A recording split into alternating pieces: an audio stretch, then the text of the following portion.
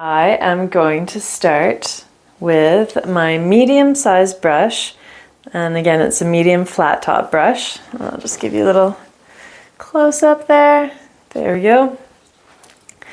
And I'm going to dunk my brush in the water, give it a little smush around.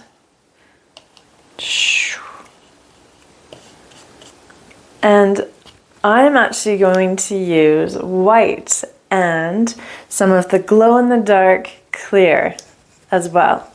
So I'll put a little bit of this on my plate. Shoot, I haven't opened it yet. Okay, there we go. Woo, that's a lot. Now this is just going to give us a nice base to put our other colors on top of. So I got water in my brush. I'm going to dunk in a little bit of white. And I know this might seem crazy, but it'll all come together. And what I'm going to do is I'm going to go from my horizon line and I'm going to go up. Now I'm going to use this brush as an example, but I'm not going to actually use it. I'm just going to airbrush it so you can see what I'm going to do with my little brush. So I've got my big brush and I'm going to start at the horizon line, but as I get up, I'm going to turn it this way, okay? So I'm going to do this a bunch of times. Sound effects are helpful. All right, here we go. So with my little brush, I'm starting at the horizon line, going up, up, up, up. Woo! Crazy, eh? Okay, do it again. Woo! A little bit of water. Oops. Finger painting is also good. And up. And up. And up. And up. And up. Okay. Thick and diagonal turn. Thick and diagonal turn. Ah! No! A drip! I'm getting a lot of drips this painting, but it's a good thing because then I can show you what to do. It just means I have a little bit too much water on my brush. Okay? Now, that could drive you crazy. I know from lots of experience that that does drive people crazy, this little drip mark down here. And you just have to pretend that it doesn't exist for about 5 minutes, okay? After 5 minutes is up, you'll be able to go over it like it didn't ever exist, okay? So you can see there, that's about how far I want to come here. There we go, a little bit more on this side.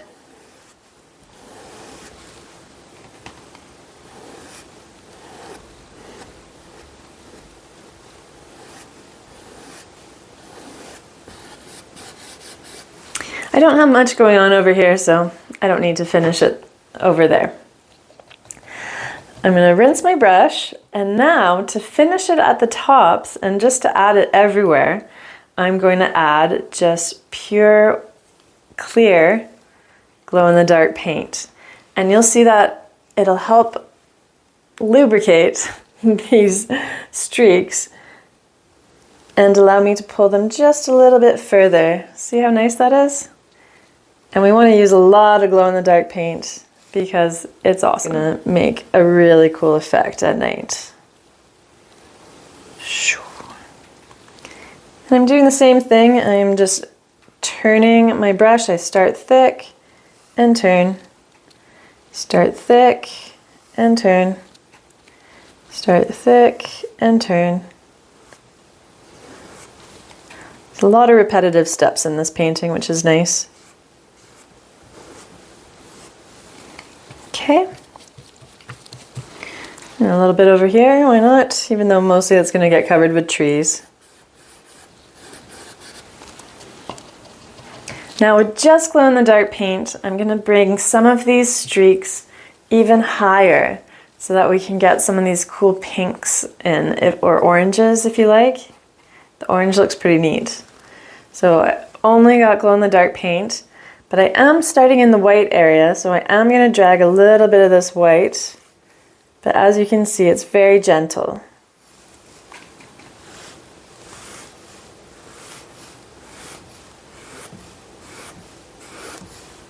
Now, because I'm just working in the top area, I'm only going at the diagonal with my brush. So I'm only using my brush on this angle, okay? Just do a couple more. Oh, this is gonna look so cool. I can't wait to see it in the dark. Okay, great.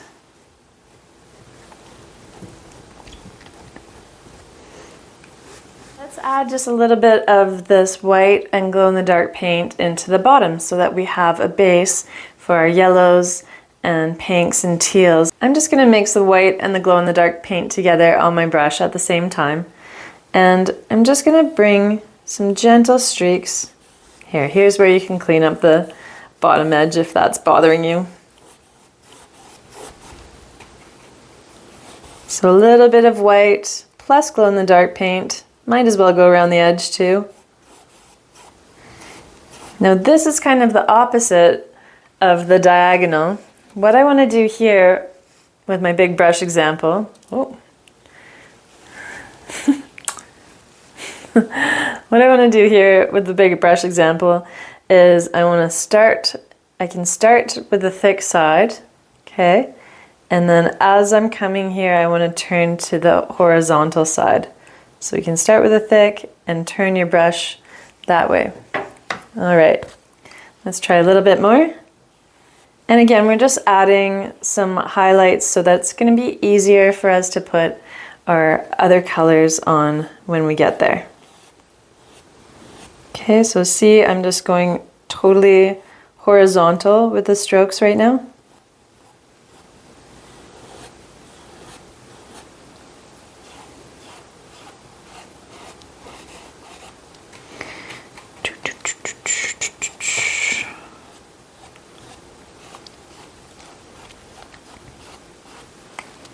Okay, and that's a step complete.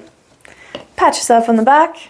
Cheers, you're doing great. There we go.